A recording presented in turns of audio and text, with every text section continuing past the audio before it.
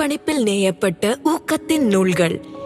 கேம்ராஜ் சுந்தரியால் பத்மஸ்ரீ 2026.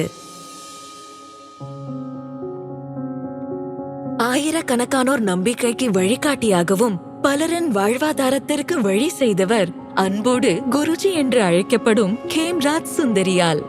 1943ஆம் ஆண்டு பௌடி கர்வாலின் ஒரு சிறிய கிராமத்தில் பிறந்த கேம்ராஜ்ஜி மிகுந்த வறுமையால் தனது குழந்தை பருவத்தில் பல கஷ்டங்களை எதிர்கொண்டார்.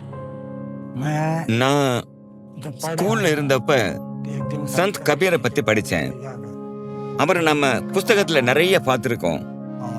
எனக்கு அவரை போல நெசவு கத்துக்கணும்னு ரொம்ப ஆசை வந்துச்சு. அப்பவே நானும் நெசவாளி ஆகணும்னு முடிவே பண்ணிட்டேன்.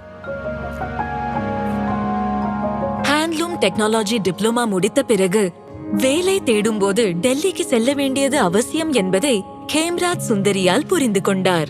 ஆனால் பௌடியிலிருந்து டெல்லி செல்ல அவரிடம் பணம் இல்லை.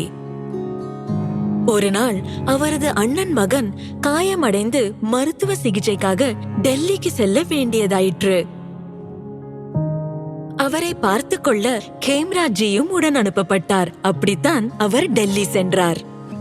டெல்லி கிளாத் மில்லில் சிறிது காலம் வேலை செய்த பிறகு கேம்ராஜ் சுந்தரியால் வீவர்ஸ் சர்வீஸ் சென்டரில் வேலைக்கு சேர்ந்தார்.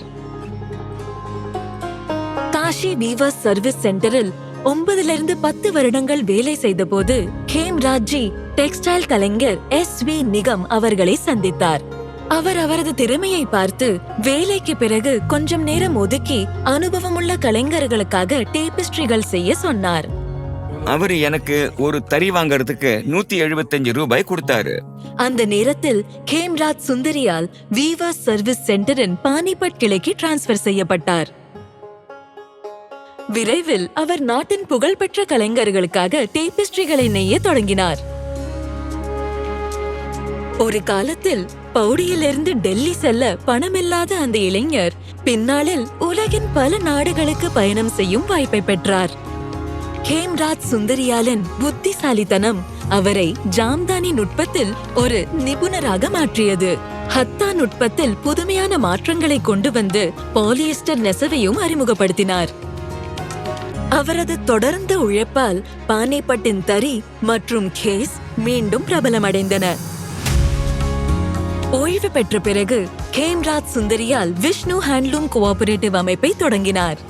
இதுவரை அவர் 10,000க்கும் மேற்பட்ட இளைஞர்களுக்கு பயிற்சி அளித்து வழிகாட்டியுள்ளார். இந்தியாவின் பிரபலமான கலை மற்றும் வடிவமைப்பு கல்லூரிகளிலிருந்தும் மாணவர்கள் இங்கு நெசவு கலை கற்க வருகின்றனர். இந்த கலை எனக்கு மரியாதை, கௌரவம், அங்கீகாரம் எல்லாம் கொடுத்தது. நான் இந்த கலையை தேர்ந்தெடுக்கல, இந்த கலை தான் என்ன தேர்ந்தெடுத்த மாதிரி இருக்கு. திரு கேம்ராஜ் சுந்தரியால் பத்மஸ்ரீ 2026. கோடி கோடி நமஸ்காரம்.